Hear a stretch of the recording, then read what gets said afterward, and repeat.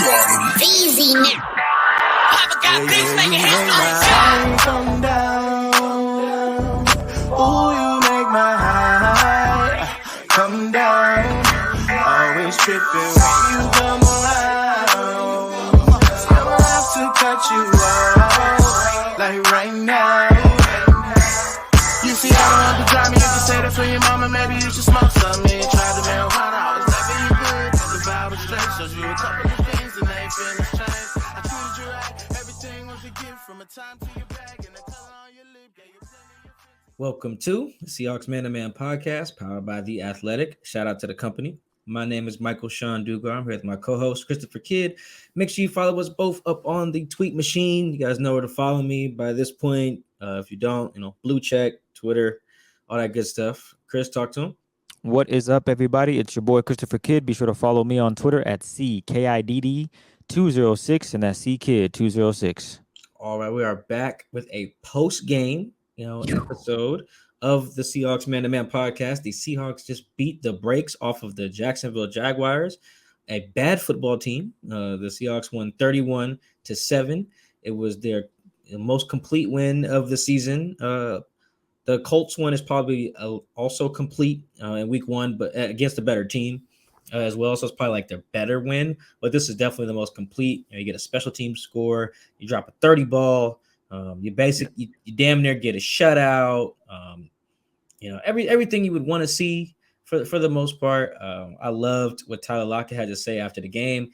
He said the quiet part out loud. He said, look, if we didn't beat these guys, it was going to be a long bye week. And he's right. And it would have been a trip to the unemployment line for some folks. Not sure who, but somebody would have lost their job in entering this week if they'd have lost to the Jacksonville Jaguars. But fortunately for everyone, including Chris and I, they did not lose. They won. They smoked them. They were good on both sides. That helped a lot. The Jags are bad on both sides. that helped a lot. And Geno Smith officially has his first win as a starter since, Chris, do you know when the last time Geno's 2014 and won? Yeah, 2014. 2014. That is a long ass time ago. So salute to the Seahawks for getting that done. Even though I've said on this show, I don't think QB wins should be a stat. That's why I didn't really write that in my story. But I mean, the main thing, and I wrote about this, it's already out on The Athletic now. Man, their job when Russ went down, when Russ's fingers start going the way fingers aren't supposed to go. Everyone knew that's your version of Russ's finger. Yeah. Chris is doing this in the screen. You guys can't see, but he looks like the dude in Scary Movie 2 right now. He's like, it'll give me the strong hand. Dude that dipped his hand in the pie. That was gross. That was so I'm surprised nobody fought him in that scene. But when the minute Russ's finger was doing that, it was very simple. It was get as many wins as humanly possible without Russ. Because any win without Russ is like house money. Because you're not supposed to win any games with Russ. You're not supposed to. Without Russ, excuse me. Because Russ carries so much for this team that when you don't have him, you're basically going to lose to anybody for the most part. So it's like, all right, how many wins can we get without Russ? And they dropped the first two. It's like, well, damn, man, can we at least beat the Jaguars? Because if you lose this game, the season's over. I don't give a damn what Russ does when he comes back. I don't care which direction his fingers are going by that point. Lose the Jaguars, you're 2-6 into the bye week, fire everybody, blow it all up. Like that, yeah. Beat the Jags, and you have hope. Russ, this win ultimately gives him hope. Maybe maybe Russ comes back. You saw his pictures that he posted on all his socials. Did you see those, Chris? He's like updating us on his nasty looking finger. Yep. Yeah, he shouldn't. He needs a trigger warning, content warning, or whatever. Like Jamal did. Oh, Jamal posted a picture of his finger split. What is wrong with him? We don't want to see that. I think he warned us though, didn't he? I don't know if he did. I saw it without no warning. I feel like I just saw his finger open, and I'm thinking like, dog, that's nasty. But anyway, point is, they won this game, and it's a season saver. Like, I still think the season's probably not gonna go the way they want. They're not gonna win the Super Bowl probably, but man, they had to get this done. It had to look like this too. Like if they'd have won by like 2 or 3, Oh man, it'd be like, dog, how did you almost lose to the Jaguars? Like that would be the thing. It wouldn't even be that they won. It'd be like, how did you almost lose? And thankfully, man, I'm not. We're not supposed to root for the team necessarily. Even though everyone who sees me is like, oh, this guy works for the Seahawks. I don't work for them. They don't have my checks. If they were, the checks would probably be bigger. So I don't not supposed to root. But boy, I was rooting for him to win today because I didn't want to win by a lot because we was gonna have a long ass. To be honest, I would just say a loss. I would cancel on you. I wouldn't have nothing to say, Mike. I'd be done. I come back after the bye week with better things to talk about. There's no way I would be okay with doing a pod if they lose to the Jacksonville Jaguars in a game that is pretty much essential, as you said, a must win. And they did it. You mentioned everything they hit on: special teams, offense, defense. Hell, another pick, Quandre Diggs, show him why the Seahawks might want to throw some cash his way. Definitely should throw some cash his way. A lot of cash. A lot of cash. Ultimately, though, I was really impressed by the offense and what they were doing. We've talked about it ad nauseum in regards to getting DK and Tyler Lockett the ball and just letting them do their thing, because when they get the ball, they tend to make plays. And we saw that on Sunday against the Jacksonville Jaguars. Granted, that team has been struggling all year, but they took advantage of it, and you got to see something different with that offense, meaning, damn, they're really just throwing the ball to Tyler Lockett and DK every time. I mean, we talked about it off wax. How many catches did Freddie Swain or targets did he have in the Sunday's game against the Jags? Was it two? He unofficially had one because he had one go for a there was a penalty on the play that essentially the play didn't happen. And then officially he had 0. He had to give him cardio and blocking. I think he had a penalty called on him too. So he really just getting cardio.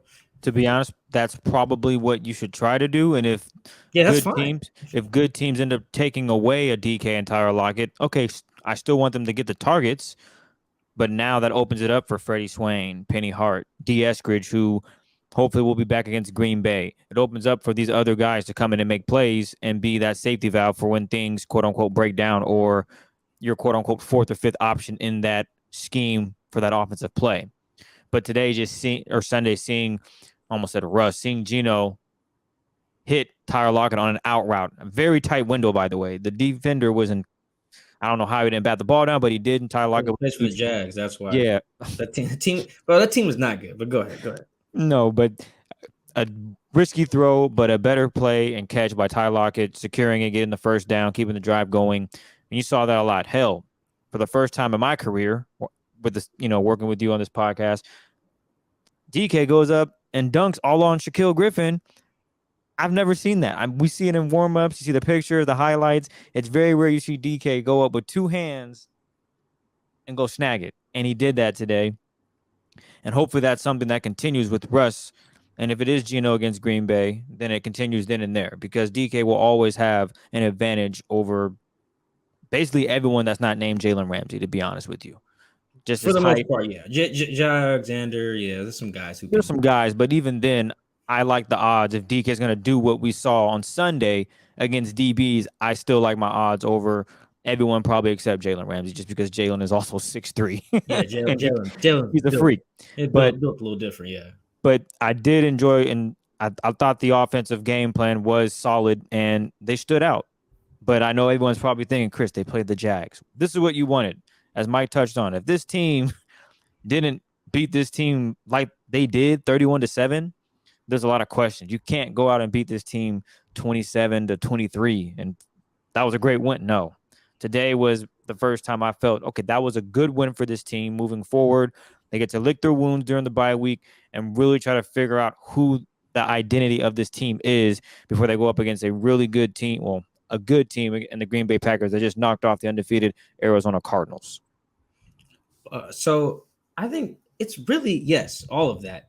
And the reason that it's so important to get those guys the ball, it's a numbers game, man. I really cannot look. I think Alex Collins is a funny dude. I think he's a good football player. Nice guy from what I can tell. Nothing personal. He shouldn't touch the ball more than Tyler Lockett. It's really that simple for me. Let's see how many targets. So Tyler had 13 targets. He had 12 catches. So Tyler Lockett touched the ball 12 times. DK had 6 targets, 6 catches, right? So he touched the ball 6 times. So that's 18 touches for those two. Alex Collins had 10 carries. That is balance. That is how a Seahawks game plan should look like. I don't want to see no game plan aside here like, let's hand it to Alex or Rashad or Travis or DJ, any of these cats. I'm sure they're all nice dudes, whatever. Give the ball to DK Metcalf. Honestly, I'm not even joking. This is not hyperbole. I think literally every play, at least when you have Geno in there, when you have Russ, you can alter this a little bit, but not a ton.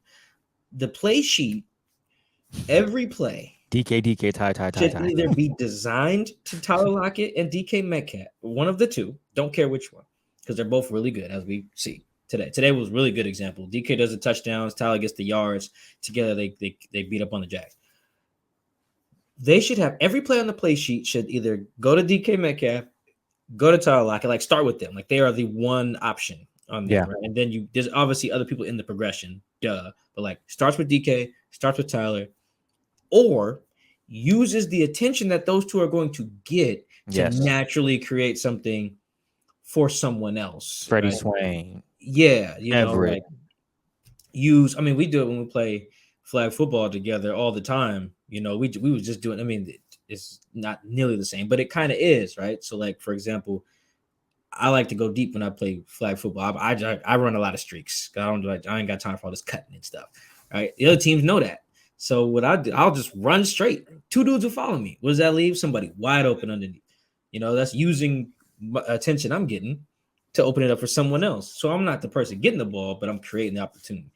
Literally every play should be that. I really don't think there should be anything else. For as much as a fan as I am of some of the fly sweep stuff or whatever, that's cool. That's cute. Start with DK, start with Tyler, work backwards. I feel like the peak game plan lifestyle is let's help Geno out by handing it to Alex a bunch. And Alex didn't have a bad day. It's not like I keep saying Alex's name just because he's the running back, but this applies if whoever they had back there. Alex had 10 carries for 44 yards with a long of 12. That's like an okay day against a really bad Jags defense. The point is that Tyler touched the ball more than him. Every time either Tyler or DK has touched the ball more than Alex. If he touches the ball more than both of them, something wrong. Touches the ball more than both of them combined, we probably lost. I don't care what the score is. Like even in the game today, they had to run the clock out. Alex still wasn't out there getting pounded, and it was still Tyler, and DK. So as much as the numbers look great from a production standpoint, like the catch DK made, like you said, that's great. The way Tyler Byrne in man coverage is just like the most predictable thing in the world. It's very few DBs that can cover Tyler. I was talking to somebody who in the league, not on the Seahawks or anything. He's like familiar. He's how I put that league source, whatever. And then I was telling him, or he was telling me, he was like, man, we were talking about receivers for some reason, and we're talking about DK, and then Tyler came up, and he's just like, yeah, no, that Tyler dude, like, he's hard to guard, man. DBs are really worried about having to guard that dude, man, because he can do everything, and you see why. Yep. And you know how fans will complain, rightfully so, that when other teams are doing like quick game stuff, the screens, it looks so easy. I'm talking about like not just like dump offs, like the Tom Brady style. Like, how come other teams could do that and we can't? And that's a fair criticism. And the answer is because the OCs aren't designing it. You see how easy it was? Tyler was running 7 yards, turning around, ball hitting him in the face. Yeah, it's not hard. Find the spot in the zone, throw it to him, move the sticks. Like it was like the easiest freaking game plan. It was like it took these guys 8 weeks to realize that Tyler Lockett's on the damn team, or maybe not 8 weeks, but you know what I mean? Like it shouldn't have took this long. Like even after the game, I thought it was funny. Like Geno Smith and Tyler were like, yeah, we're still trying to figure each other out. We spent a lot of time after practice. We only played a couple games together, so sometimes that takes some filling out. I mean, I get that. I do. At the same time, y'all ain't seen Tyler Lockett's movies before? That dude is nice. Wherever he runs, throw it. Yeah. Yeah, that's simple to me. Football is not that complex. Of course, it has a gazillion intricacies to it. Of course, I get it. But at the end of the day, you start every game plan saying, get your best players the ball. And it's no surprise that they had probably their best offensive output with Geno, because they moved the ball okay against Pittsburgh. Scored like 20 points or something like that. Scored 24 on offense today. So, but this was definitely their best performance in the throwing game by far. Well, yeah, duh. You threw the ball to Tyler a bunch. Usually good things happen. He's either going to catch it or it'll probably be incomplete. Like it's No, or pass interference. Yeah, Tyler he draws a lot of pass interferences and stuff too. So, man, yeah, it was like a good thing to see, but also frustrating because it was just like this is not a Jag specific thing. Like you said, people put a qualifier on this win because they played a bad team, and they did. Some of the stuff they were doing was just pretty simple. Every zone has soft spots. I don't care if you're playing the Legion of Boom or you're playing the Jags. Every zone has soft spots. Every team has like at least one weak link at DB if they go play man. Everyone doesn't have 6 dudes that can cover. No, hell no. You just got to have the right play call. Yeah. Execute. And you have the right players, which they do. They have DK. And I just don't understand how those dudes are not just 10 target guys every week or something like today where they split 18 targets or they split 19 targets, and you don't have to throw it a lot. How many times do you throw the ball? 25 times? 19 times to 2 dudes? Yeah. Football's easy. We could do that. Or we could call the plays. We couldn't have to go out there and catch it. I think we just also have to realize that teams, they make it probably their mission. If we go back and watch all the film of what these teams did to the Seahawks defensively when they didn't have these type of targets and opportunities, it'd be interesting to go back and look at and gauge what these defenses were doing. Oh, yeah, you can throw to Freddie Swain. That's fine. You can throw to Will Dissly. You can throw to Joe Everett. We're not letting these 2 dudes beat you. The Jags, unfortunately, they don't have no option. No. And teams have been doing some of that. I mean, even then, after DK's first touchdown, there were a couple of plays where they just double teamed DK. I could see it. I could see like the safety come over and just not even be facing the quarterback. Just looking at DK. Just old school. Like I would like when I used to coach flag football in Pullman. Like I used to tell my kids, just follow that dude. Don't worry about nothing else. If he goes to the bathroom, follow him there. Yeah, like that's what I used to tell my kids. You could tell that was the mandate on some of those assignments. But sometimes they still left him one-on-one with Shaq. And if teams do that, you have to throw it. Exactly. And that was my next point. If the teams are still, they did it. A few plays, but then they went back to it. You got to realize that. And I think Aaron Rodgers is probably one of the best in the league that notices mismatches and just looks at Devontae, gives him a head nod, taps his helmet, whatever you want to do. And next thing you know, it's a 30-yard gain or a touchdown. I think when Russ returns, I think it's pivotal that he takes that next step with this offense and just does that. I know there might have been a run play called here, but screw that, man. You see DK over there lined up against, I don't know, throw the damn ball to him. Slant, curl, deep corner, over the middle post. You can hand it to him. Fade. For all I care. I use the word touches. How many times did Seahawks run the jet sweep touch pass, which is kind of cheating because it's still a pass, but you just tap it to him? Like, I've never seen the Seahawks do that. Implement that into your game. You have talented guys to do that. Maybe that was something that they want to do with D. Eskridge, but unfortunately, health reasons, he hasn't been able to do so. But you still have DK to do that. That's an option. You can definitely send him in motion and give him a little touch pass because guess what? It counts as a pass, reception. And if he turns up the field and gets a touchdown, I'm sure fantasy owners are going to love that. Make it simple. Make it easy. Make it fun. Add more to it. Those are things they can do with Penny Hart, DK. Let's see it. I don't think they'll ever do it, but I mean, we did see a jet sweep, so cool.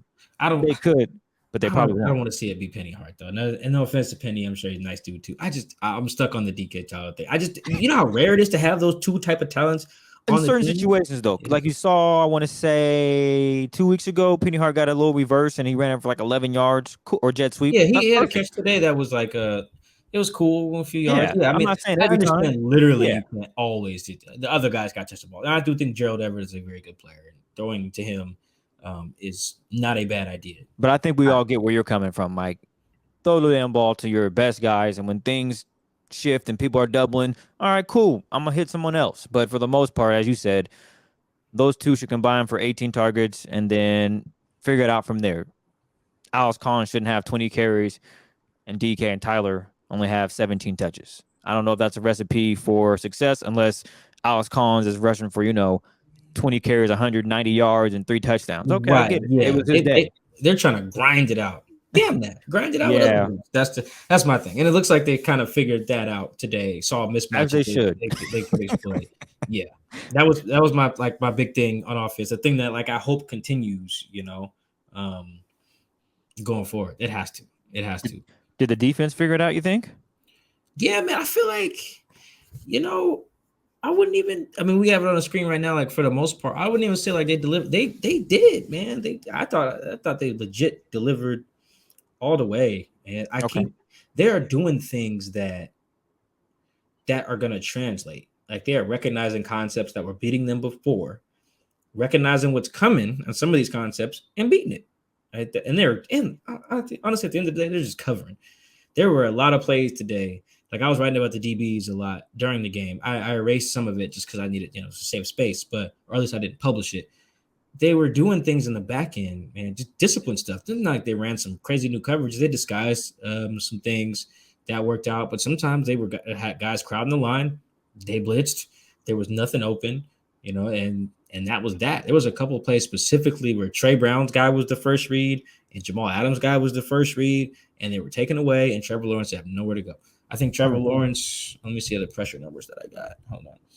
No, you're good. I think I wrote that they had 25 pressures, and multiple guys can have a pressure on a given play. So, but yeah, 25 pressures according to True Media on 54 attempts plus some sacks. So however many total plays that is. I don't have all the numbers in front of me right now. I don't want to read a bunch of numbers on the show, but a point is a lot of that today was generated by what the coverage was doing. Because there wasn't a ton of great pass rush reps. I didn't think there was some here and there, and you could see that in some of the numbers too. But man, a lot of that was Trevor looks. Oh, that ain't there. Oh, damn. Now here comes Al Woods. And Al Woods almost got him in the end zone, man. That would have hurt. Al Woods, for that safety. But I think I'm really impressed with what the defense has been doing. They recognized Ryan Neal has to be on the field. Man, Pete figured it out too, right? Yeah. I didn't have an answer for it. Like you told me, Chris, you realize you're taking Jordan Brooks off the field on certain situations where they can still run the damn ball. And it's come to third down, it's Ryan Neal time. Yeah, and it is a tough call because Jordan's not playing bad. He's just not playing great. We had Cliff Averill on the show. Cliff was like, yeah, no, he's playing well, and I don't even think we asked Cliff that. He just unprompted said that he's like him, yeah. Yep. Yeah, probably, he's wearing Cliff's old number, so you're definitely going to want that guy to play well. I do get that part. But Jordan is playing some stuff really well. Coverage stuff has just not been great. It has not been where it needs to be. That's why when it's time to cover, they put someone else in there, which makes sense that a DB is better than a linebacker at covering, like duh. And it's a better matchup thing. Ryan can cover tight ends. Ryan can cover receivers. Yeah. Ryan can cover running backs that aren't Alvin Kamara. So I mean, like that he's different. Damn your dime package. We're just throw it to Alvin. So that was like the only time it didn't really pay dividends, and they had to just start doubling Kamara in the second quarter, or excuse me, the second half of that game. But in general, they just playing a lot more disciplined football. I was talking to another writer in the press box today when I was leaving. I was just like, yeah, it's just like less guys wide the hell open. When guys do catch stuff, someone's there, because the guys are going to catch stuff. It's the NFL. But someone's there. You're not wondering, like, where the hell's the DB? Like, we were wondering in some other games earlier in the year, and even some of the Rams stuff, like that Week 5 games. Like, what the hell is going on? Why is Robert Woods butt naked open? Like, that's crazy. We're not seeing really that. We're not seeing guys yelling at each other after plays. Even the play that I thought was Jordan Brooks' responsibility on the touchdown, I got to go back and look at it, but I thought it in real time it was, and then I watched Jamal and Jordan just kind of talking about it, but it was like a cool talk about it, which is easy to do when you're up 2 touchdowns. But they were just talking about it in a way that didn't seem like it did in Minnesota or some of the, like even the Rams, where guys are just like, yo, what are you doing back here? What are you doing? Even after, getting rid of Trey Flowers, who was not all of the Seahawks at the time. The discipline is just there, and you can see the coverage is going to help these guys up front so much more, man. Jamal can cover. There was one of those 4th down plays. Trevor looks right at Dan Arnold. He's not open. He waits. Jamal's like, no, he's still not open, Doug. And then Darrell Taylor comes in and got what should have been a sack. There were just a lot of plays like that in this game. And not to mention the homie Quandre Diggs, getting the pick that he got, man, because he's nice like that. All of the DBs, I think the secondary is fixed, quote unquote, because it was broken before. I think we can acknowledge like that Minnesota game, they were broken. And even the Rams game, the Rams are running the same play over and over again to the same two dudes over and over again and dusting them. And I don't think that a team's going to get away with that now. I just think that, there's some stuff that Trey Brown's probably got to figure out, and we got to see what DJ Reed's groin situation is like. He didn't finish the game, and that could be very bad for them. If DJ has to miss the Packers game, fingers crossed, hopefully he's doing okay. In general, man, I don't know how people can watch the film and not see that independent of the opponent, these guys are getting better. Independent of who they're playing, they're doing things. They're recognizing things. They're playing more sound football against stuff that was beating them. It's not like the other teams were running mysterious stuff. A lot of teams are running the same stuff. Quandra's interception today, it was like, it's the same concept that the Saints just ran, right? It's the same concept the Rams were running with Cooper Kupp. I stopped it, right? Because they recognize stuff like that now. That's football. Recognizing how people are trying to attack you and stopping it. There's no magical secret to playing good defense. So I know it was the Jags. I know they stink. I know Trevor Lawrence's receivers are a lot worse than I thought. Boy, them dudes can't catch. Them balls were hitting them in the hands, and they were just falling to the turf. Poor Trevor. But I thought the Seahawks did some things today, like in terms of discipline that they've been doing all, the last month or so. They're the best third down defense in the league. Maybe that doesn't hold true after this week. I have to go check the updated numbers, especially after Monday Night Football. But they came into this the best third down defense in the league the last month. Last month of the season, I should clarify. Yeah, last month so far they've been the best. So since week 4, since Ryan Neal came, they're the best third down defense. Making adjustments is definitely helping this team out, and this was, as we said, with the offense. They needed to come out and dominate. They did so. The defense came out and dominated against a team that's been struggling all year. They did run, so. Too. Exactly. They did it. And that's what you need. You need that jolt that's saying, we can get this done. Because they're gonna say all the right things, but now they have to put it on the field, and they were able to do that against a Jags team that's been struggling all season long. Yeah, and they stopped screens. You see that towards the second half? They were stopping screens. There was one drive. Oh, I don't have my notes in front of me. Oh man, there was one drive. Legit, this was hilarious. The Jags ran 3 screens in a row. They ran like a running back one, a receiver one, and then a running. You remember that? It's third quarter, was it? Or is it the fourth? I think it's the first.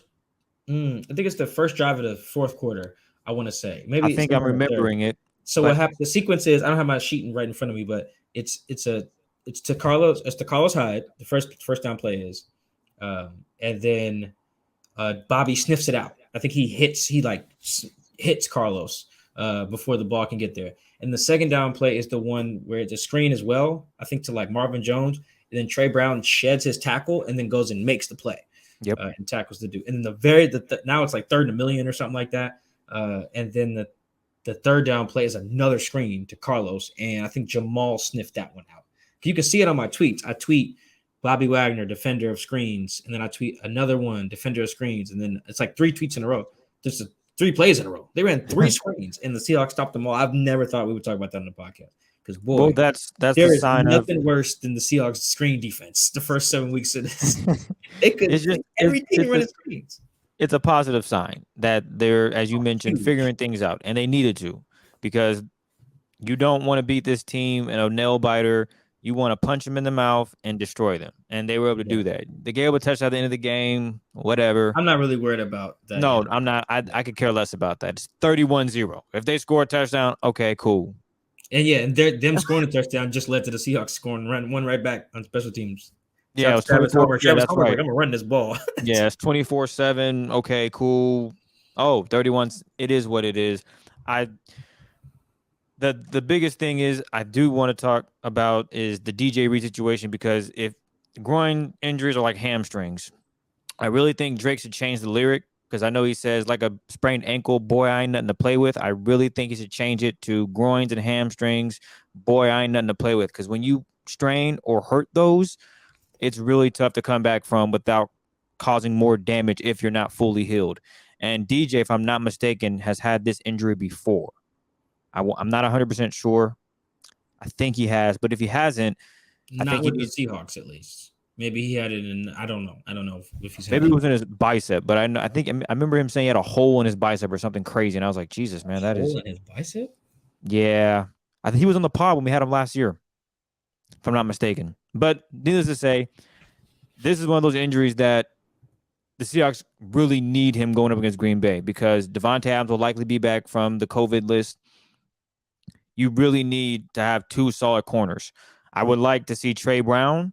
I'm not sure if I really like Pete's idea of rotating guys in because that might throw off things. Communication could go wrong. Although if you're communicating well, it shouldn't matter who's on the field because you're communicating with one another and everyone knows what's going on. But I'm not sure I'm sold on Sidney Jones in this time. Oh, Trey Brown in. I really want to see if we can get a solid unit out there and they just go with it.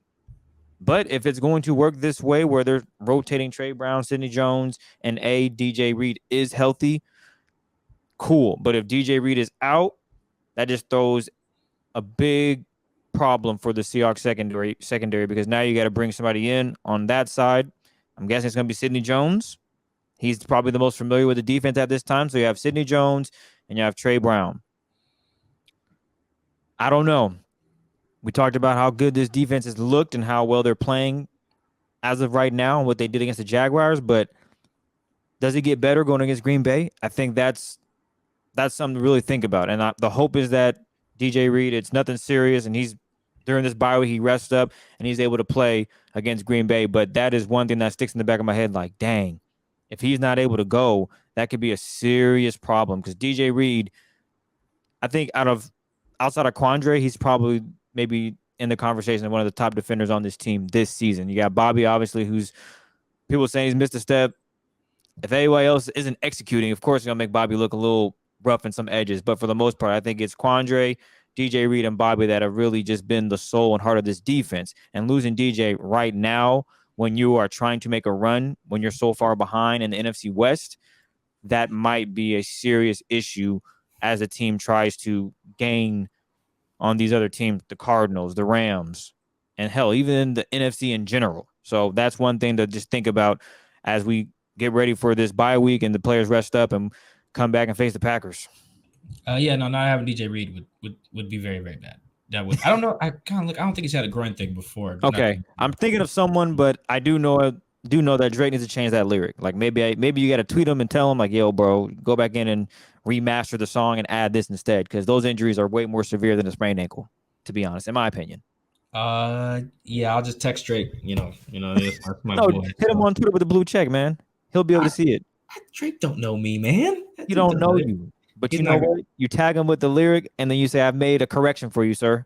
Yeah, I've never tweeted Drake before, but I don't think the first time I do so will be me telling him what to do. I just don't think I would advise.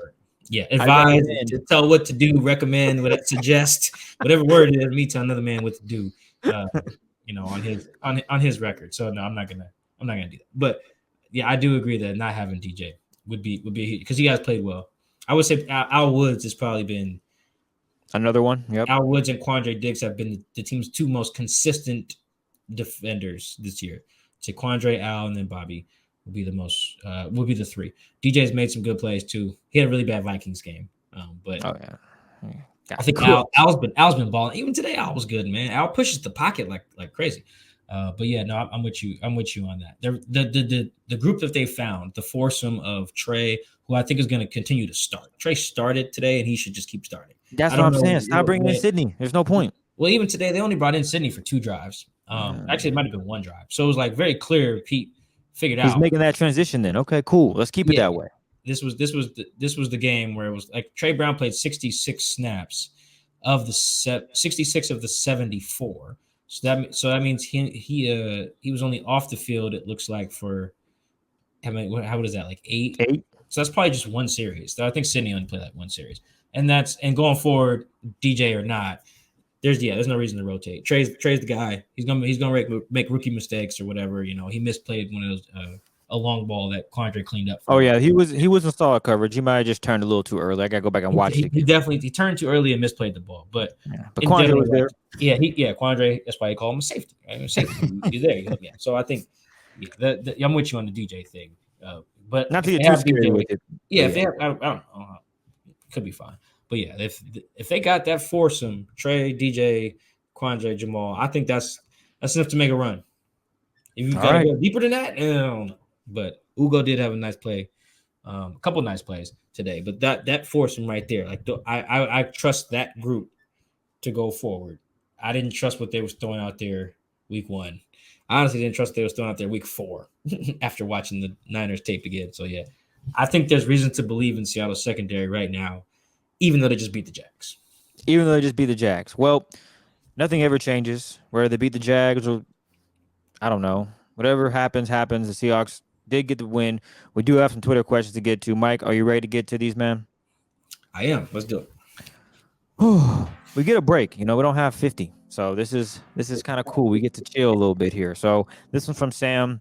If Pete is ultimately running the offensive defense, who's calling for the runs up the gut when teams load the box? Does Waldron or Pete trust them to beat that defensive front, or are they just going up for punishment against these defenses? So Pete doesn't call plays really. He changes them sometimes in high leverage situations. Fourth down stuff, maybe some Super Bowl, maybe. Side note, I thought it was really funny today during the halftime. I don't know, did they air the Holmgren thing on TV? No, they didn't because it was national. So not everyone that's outside of Washington cares probably about Holmgren, to be honest. Okay. All right. Well, it doesn't matter. He ended his speech by saying, Holmgren went to the Ring of Honor at halftime. He ended his halftime speech by saying, "Fans, look up. I want you guys to really appreciate that Super Bowl banner. There should be 2 of them." And that was like his mic drop moment. And like, I'm 99% sure he's referring to the fact that they should have won Super Bowl 40, if not for the refs. But it was funny when he said it, because I was just like, well, what do you mean? There should be 2 from Super Bowl 49 or from Super Bowl 40. Like, you can argue that they should have won both of those. So I thought it was just kind of funny that he mentioned that. But yeah, Pete doesn't call the plays. Shane calls the plays. Shane's the one who got them out here running it up the gut with Rashad a bunch of times, or with Alex a bunch of times. And that's the other thing that I critiqued the run game about. You can run the ball without it just being like a zone run just right at their best players. That was my beef with them after the Saints game.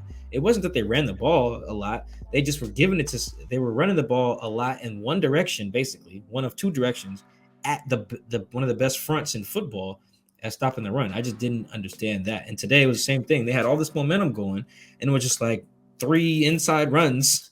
And Rashad Penny was like, "Oh my God, what is this? What are we doing here?" I thought that was so poor. They got to stop that, man. They got to stop running to loaded boxes. It's just check out of it, man. You got to check out of it. You have to call timeout. Even shoot, that's a better reason to call timeout than half the reasons Pete calls timeouts for. For real, you got to check out of those loaded boxes. That's a combination of a quarterback thing, OC. You just can't do it. Some of it's pride. They like the idea of like, who cares if they know that we're gonna run? Let's run it anyway. It's like, okay, yes and no. Like, yeah, I get like, okay, just be better than the guy in front of you. Sure. Also, football's a numbers game, though, and anyone who coaches football, plays football, will acknowledge that. You see 8 people in the box, throw it. You see 6 or 7 people in the box, maybe you should run it. Depends on how many blockers you have in the game. But my point is, that's a Pete philosophy that is executed by Shane, and it is dumb. They should stop doing that. This one's from Ryan. Really late getting in here, but playoff baseball is awesome. In the non-breaking news department, another top draft pick that isn't able to contribute. Any word on D. Eskridge? Hopefully he can get right and get on the field soon. Keep killing it. Appreciate the love, Ryan. I think I saw D on Thursday. I think he worked out a little bit. They'd be kicking us out of practice so damn fast these days, man. It's not even worth going. It's not even worth going to the VMAX sometimes, and they kick us out after like, I think Curtis at KJR timed it. They got kicked out in like 4 minutes. Like, what are we doing here, right? Just watching these guys stretch. Anyway, I do think D's gonna come back. I think it's weird hearing Pete talk about it. He's very like nonchalant talking about like a head injury. It's kind of strange actually. But I think he'll be back. I think he's gonna be a big part of the offense. Actually, I think he's like legit number 3 like weapon, someone you can hand it to, throw it to, be a deep threat. I just feel like when they have Penny in the game right now, teams are not respecting that. They're just not respecting Penny Hart. They're not respecting Freddie. Shoot, I've seen teams on tape just leave Freddie wide the hell open. They really ain't like number 18. Okay, that's just how they're treated. Now, like I think Freddie's fine. But the point is, I do feel Ryan's beef about the top picks not being able to contribute because they haven't had a good top pick since Frank.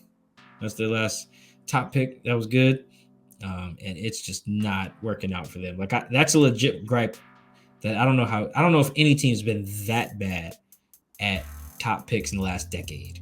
Like their top picks think like it's Frank, Christian Michael, Jermaine Ifedi, Malik McDowell, Rashad Penny, LJ Collier. Like there's a bunch of dudes just not it.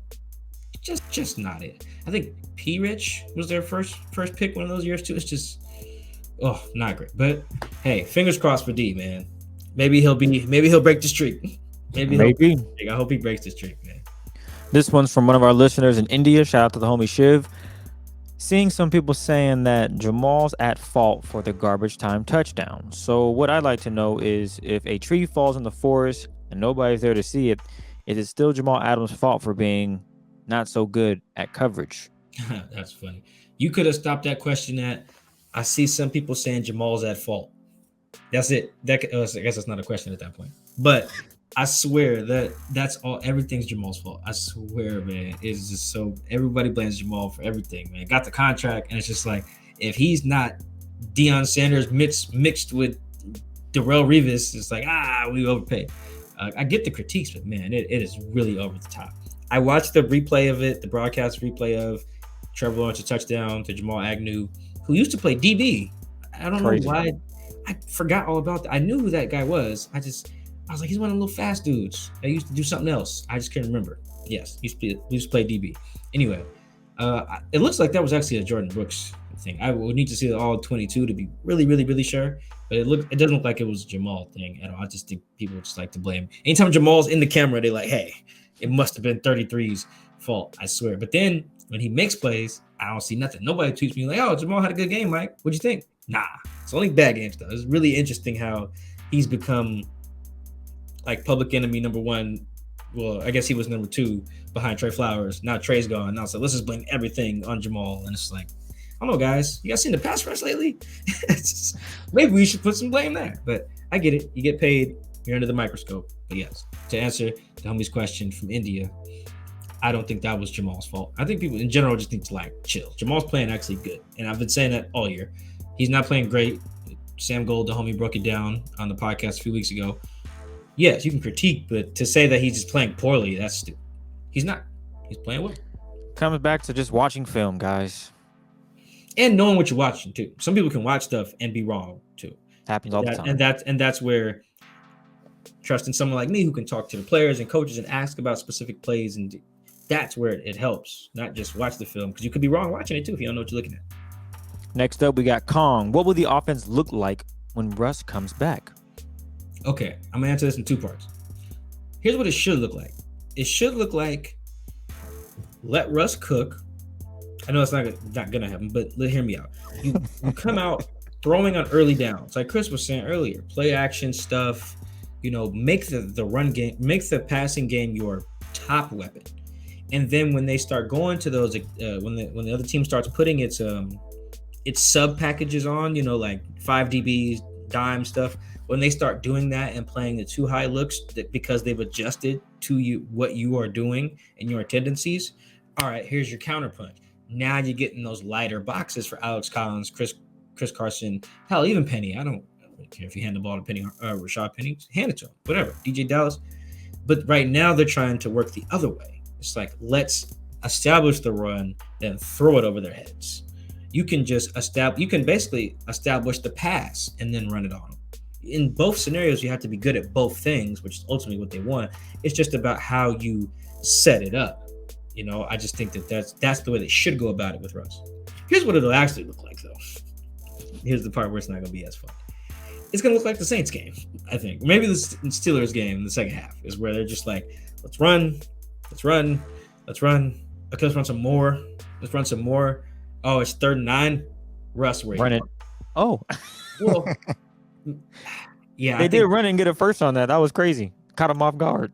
Oh, I talking about against the Steelers. Yeah, halfback draw to Travis Homer, if I'm not Yeah, it mistaken. was like 3rd and 7 or something like that, and he picked up like 20 yards or something like that on a run.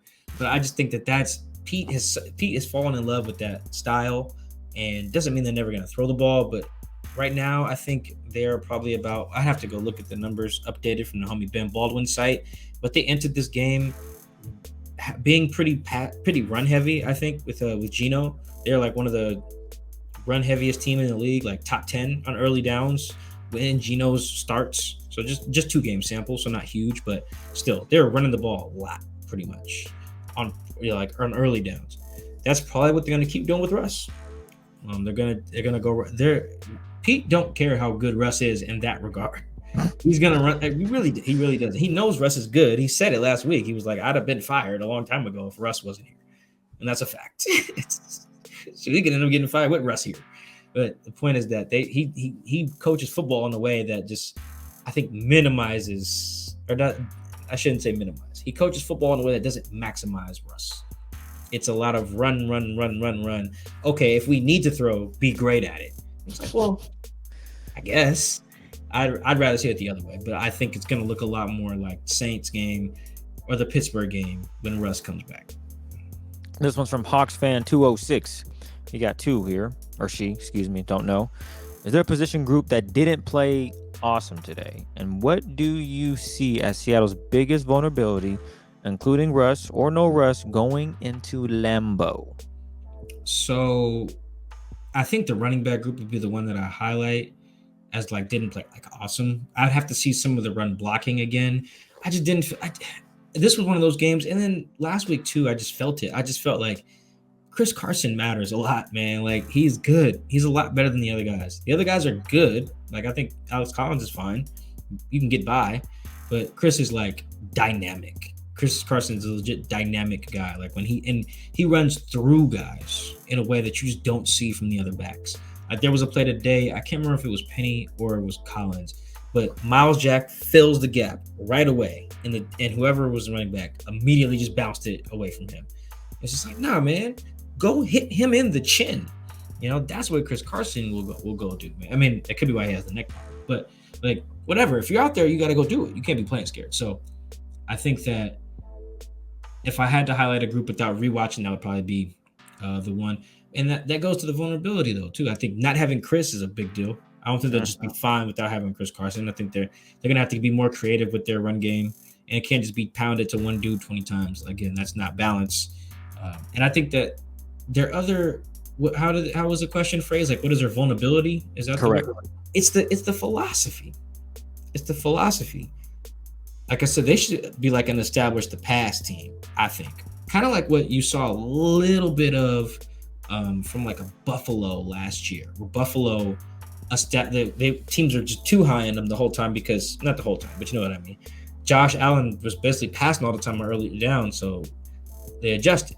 Right? Teams are like, all right, cool, we'll make sure we defend the pass first and open up the run. You know, Chiefs had a couple games like that last year, one of them against Buffalo, where the Chiefs are so pass heavy, the teams are just coming out playing too high. What does that leave you to do? You can run right through them, right? I think teams are doing that to the Chiefs now. The Chiefs are just ass on defense, so that's a problem. Their offense, actually, I think is still fine. But the point is, that's their biggest flaw. It's not even anything schematic or personnel wise. Right now, the philosophy is not there, I think, to do what needs to be done to be a championship team. That's what's going to hurt them going forward more than any other personnel or roster stuff. This one is from the Homegirl Holly. Were the Seahawks that good Sunday, or did they really expose the Jags and get an easy W? I like to think we exposed the Jags just a little bit. Yeah, no, I mean, they definitely did it. Look, I think those were the first 2 touchdowns Shaquille's given up all year. Right? Like, I'm pretty sure. He's been doing a good job on number 1 receivers. He has. He's been limiting them pretty well. So, for them to do that on the Jags' best cover guy, that's impressive. You know, the Jags they play a lot of man. They're really bad in pass coverage, but you know, they have guys who have made plays, but the Seahawks exposed them a little. Not exposed, but just like highlighted why they are bad. And when you play a bad team, you're supposed to do that. Right? Like you're supposed to, put it this way: if the Seahawks were as bad as the Jags, the game would have been closer. So like clearly there's a gap between the two teams, and the Seahawks needed to show that that gap was there. So to answer Holly's question, and shout out Holly, she does. I think she asks a lot of questions pretty consistently, just like Ryan. Shout out Ryan. But yeah, to answer the question, a little bit of both. You know, the Jags are that bad, but the Seahawks made them look as bad as they are, which that was part of the assignment. You know, for them, go make these guys look bad because they're bad. The Seahawks were like, all right, let's go make them look bad, and they did. This one's from Brian Malone. Happy about the team win, but Gino might have been watching a little bit of Russ work his magic for too long because he sure seems to believe he can escape every sack, and yet he never does. It's hard for me to just say, get rid of the ball, or, you know, just take the sack. Those are fast, big-ass dudes running at Gino. I understand why he just naturally runs away. He does take a lot of bad sacks, it feels like 10-yarders or 9-yard losses. Just stuff that Russ does. Stuff that a lot of guys do, though, too. Like Mahomes takes some of those. He's one that comes to mind. But, yeah, he can't do that. He just can't. I mean, we haven't – I'm not going to lie. I watched that game today thinking that was going to be the last time Gino starts. So I didn't really try to critique or think about his play too much. Like even the story I wrote right after the game, I focused on Russ a little bit more just because he's what matters. Like, and he's the one who should come back after the bye week. And if he does, what Gino just did for 3 weeks is not super relevant in the big picture. Of course, the losing is relevant, but you know what I mean. But yeah, if Gino does have to start again in Green Bay or any games beyond that, oh man, he's got to cut that out of his game yesterday. Yeah. Stop taking those big. Get rid of it. Just get rid of it. Yeah, there's really no way around that. Without me watching some more of the tape, I don't even have anything insightful. I agree with the damn question. I don't even know if there was a question in there. I really don't think there was. Thinking about it some more, I just know whoever sent that in is right. Gino needs to stop taking big sacks. Everyone gets sacked, but it's like, dude, you can't be like, oh yeah, and that was an 11-yard loss. Like, oh, come on, what are we supposed to do now? Yeah, he's got to cut that out. And he knows it too. This one's from another longtime listener. It's at Hawks Ninja. Hey, what up? Given how Bucs lost to the Saints, how do you feel about the Seahawks fight against the Saints given they win that game? Maybe if field goals are made. I don't know if it's as simple as to say you make the field goals, you win. You just never really know, you know, what happens in those instances. I mean, especially teams that are good on special teams, you know, you never know. Let's say you do make a field goal, right? And then they take the kickoff back. Yeah, because they're good on. You never know. Anyway, I would say that I don't care about like a moral victory in that way, or like, oh, good job, you hung in there with a good team. You should just go win, man. Like that was a beatable team. I think every team in the league is beatable. I don't really go into any game thinking there's no way another team can hang with that team. You know, at least the Seahawks. You know, I go into some games thinking like Houston has no shot. You know, Detroit has no shot. I actually thought Detroit was going to have a shot against Philly. Boy, was I wrong there. Man, Dan Campbell and all those black dudes that are on his staff about to get canned. They'll start winning some games, man. Anyway, it's not a Lions podcast, but anyway. I think they had some good fight, but I don't care about fight with this team. It's not a team on the come up or rebuilding. I care about winning. Even with your backup, you know, on the background of my TV right now is the Cowboys winning a game. Were they on the road or was that in Minnesota? I believe it was they won. Yeah, doesn't matter. They beat a good Vikings team that has a good defense with their backup quarterback. And their backup quarterback drove them down the field and won the game. And we was close with the Vikings. They're good. We didn't have Dak. No, they went in and won the game. So go win. That's it. This one's from Ayang_10. Does the defense, or actually we talked about the defense looking better than what we've seen previously. They want to know is how important is Darrell Taylor to the pass rush?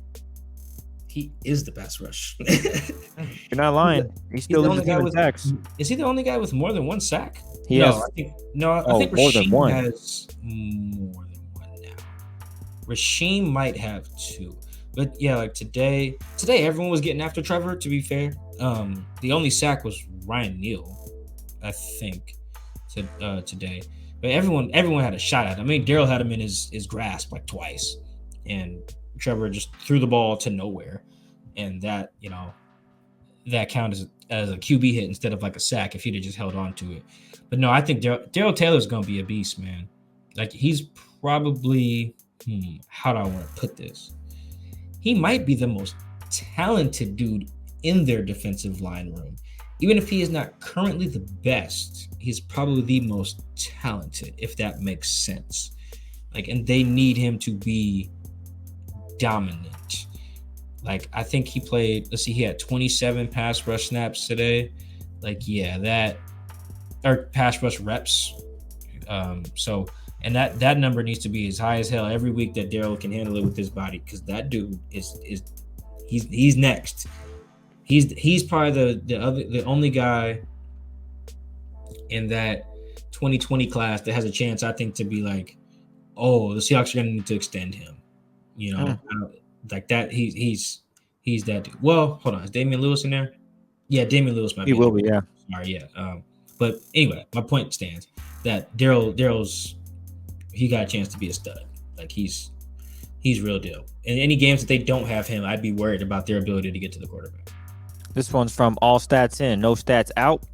In 2.5 years, how many times has Rush thrown a 50-50 ball to DK like the touchdown we all witnessed over Shaquille Griffin against the Jags? He's thrown 50-50 balls to him for sure. I mean, he threw him a goal line fade against the Jets last year for sure. I remember that. The fourth down throw against the Vikings week 5, not the one that won the game, the other fourth down throw before that. That was a jump ball. He just went up there and caught it with his chest, which is something DK kind of frequently does. You know, he does a lot of body catching, even when he has to leave his feet. He does the warm up stuff like we talked about, but I don't know why that hasn't translated to the games. But I don't think that it's a lack of opportunities. He doesn't get a ton of goal line fades, but it's fine. Those are low percentage anyway. I'm more interested in like throwing it up to him just in between the 20s as well. So I don't think Russ just doesn't want to throw that. He'll throw anything to DK. Yeah. For the most part. So yeah, I just think that he needs to deliver on those when they do happen. And that was the first time I've seen him deliver in that way. Maybe that's what it'll need to for the coaches to feel a little bit more comfortable too. Just like, oh, let's run the play we throw it to 14. Nothing fancy. Just drop back and throw it to 14. Yeah. This one's from Derek Marr. How do you feel about Waldron's play calling against the Jags for Geno? I thought, and we talked about this a little earlier too, I thought it was just like a no-brainer type of style, with the exception of the runs in the middle of like when they were cooking, man. That was just so deflating. It really was. It was just like, I don't know. It was like watching a really good action movie and stuff's blowing up and they doing these car chases. And then the next 30 minutes is just a bunch of dialogue. It's like, I know you got to do character development. Like, I get it. That matters. Just like you have to run the ball at some point, but it just felt deflating. Everything was going well. They just got to stop, I think. And they get the ball and it's like, let's hammer it right at them. And it was like, guys, what are we doing? Stop this. So other than that, I thought Shane was okay. I still would like to see a little bit more trying other ways to get Tyler and DK the ball, not just, all right, drop back and throw a play action deep shot. I think that you can use like the screen DK had. So that was good. More of that. Like, they're not a good screen team, but if they're going to try it to DK. Yeah. Maybe he'll make it work like he did on that play. So I thought it was fine. If my critique would just be, you guys are killing me with the basic ass runs sometimes, man, that aren't dressed up with any emotion or anything to get the linebackers moving and thinking and communicating. It's just line up, run it at them. Yeah. No, y'all ain't not good enough to do that. You have to dress some stuff up and get some guys moving and things like that. They try a little bit of it, but I want to see a lot more of that. This one's from Dennis Gill. How do you fix the running game with the current backs the Seahawks have? You can't beat Green Bay or anyone without a good run game. Well, you beat the Jags. And you'll beat the Lions and the Texans. Actually, they'll beat a few teams on that schedule. The Bears are bad too, I think. They got some bad. Washington football team not good. Did the Washington win today, or did they lose to the Broncos? I think I don't even remember. Yeah, Washington lost. Washington's not good either, man. That's a problem. Yeah, they lost. They lost 10-17 to a bad Broncos team. Yeah, that's That's not good. Anyway, I do think that if they were going to do any trading, that would be a position to like consider, maybe trading for a back. I know one of the questions, Chris, that we have is about trades. Yeah. Yep. So I'll kind of like skip ahead to that part. I do think that I would consider, if he hasn't been dealt already, a Marlon Mack thing. Trying to trade for him if Chris is out long term, because I really do think they need Chris Carson. I think if they don't have him, this could get kind of bad. So I think I would make a move there. That's the only move on offense I think I would consider, unless the Browns are just really done with Odell, because he's just sitting on the shelf over there. He's getting cardio. Odell's out to just running around and making sure he's getting the steps in. They ain't throwing him the ball, nothing, man. So unless they're gonna do something like that, then yeah, you need to go make a move at running back, I think, because you're Alex Collins' groin injury away from being screwed. So they need to figure that out. Well, I'm gonna combine these questions here because they both are curious about this specific thing, and that's Quandre Dick's contract situation. What's going on there? The Seahawks really screwed themselves there. I think they should have paid Quandre. And that's not just Quandre's been on the show. He's shown love. Independent of any of that, I'm sure everyone sees what he's playing well at a position that they don't draft well at. That is the thing. Like when the Steelers don't want to pay receivers, I can understand that, because the Steelers draft receivers probably better than anyone in the league. Like all right, cool, we got Antonio Brown, but we can let him walk. We got this Juju guy. Oh, we don't really need to pay this Juju guy. We got this Chase Claypool guy or this Deontay Johnson. They just reload. So I can see why they don't pay receivers. I understand that. The Seahawks can't do that. It's not like, we don't need to pay Quandre. Hell no. Stop. You should pay him. And now the price is just going to keep going up. The price beforehand, you probably could have got like around the franchise tag number for safeties. I forget what that was. Probably in the 14, 15, maybe even less than that, because safeties don't make a lot. You probably could have got that in a per year. Dude's only 28. He's going to play ball at a high level for at least a couple more years, right? At least he could probably play at a really high level for 2.5 at he might make the Pro Bowl type of level, which is the level he's playing at right now. Every time he gets a pick, just add a couple million to the price tag. Now you're not going to be able to afford it. Now the Jags going to sign him. Probably they paying people down there and they need DVs. So I think they really screwed themselves, man. This feels very similar to the Frank Clark situation in 2018. Every time Frank got a sack, I was like, boy, they better pay this man. They're not going to be able to afford him. What happened? Couldn't afford that man. I can see that happening. I can see this being Quandre's last year if they can't afford him. If they're going to keep treating him like he not nice like that at a position that they need to have excellence at and veteran leadership at to survive. It's not that they can just throw the next hot young safety there in the draft. No, they need someone who's seen a lot of ball back there. That's where Quandre brings value on top of just being good. He's not like young dude who hasn't played a bunch of reps there. You need reps at free safety to be good at free safety, unless you're just like Earl Thomas. But even then, Earl Thomas was like generational freaking talent. Also a top 10 pick or whatever, top 15. So, they really screwed themselves there, man. You can try maybe talk to him during the season about extension. You can, but then why would he sign that? He should see he should go see what he's worth in free agency, because then he can see what he'd be, his way is out. He can't negotiate with any other teams now, so he'd be selling himself short. It's like I said, the Seahawks, now you screwed it. Now Quandre's gonna ball, probably make another Pro Bowl, be a 28-year-old, I think he turns 29 in January, but he'll be like a 29-year-old two-time Pro Bowler or something like that with like 10 picks in the last 2 seasons, and it's like, now you can't afford it. So shout out to Quandre. Yeah, he's balling. It's very similar to Frank last. I think it feels very similar, where you just can see the price going up, and you can see the Seahawks' wallet just getting emptier and emptier, and to the point where they can't afford the guy. Our last question comes from Holly Winters. What are you going to do on your time off? #bye week. I am going to travel. I don't know if I want to say where. I don't know if everybody needs to know my business. I'm gonna travel. I'm gonna do a little traveling. I'm not going to France. I don't know if everybody saw Jamal's thing. Did you see that, Chris? I did not. Oh, it was very fun. I'll send you the clip when we're done. I asked Jamal if he had any plans for the bye week, and he was like, "Yeah, I'm going to France." I was like, "Oh, okay."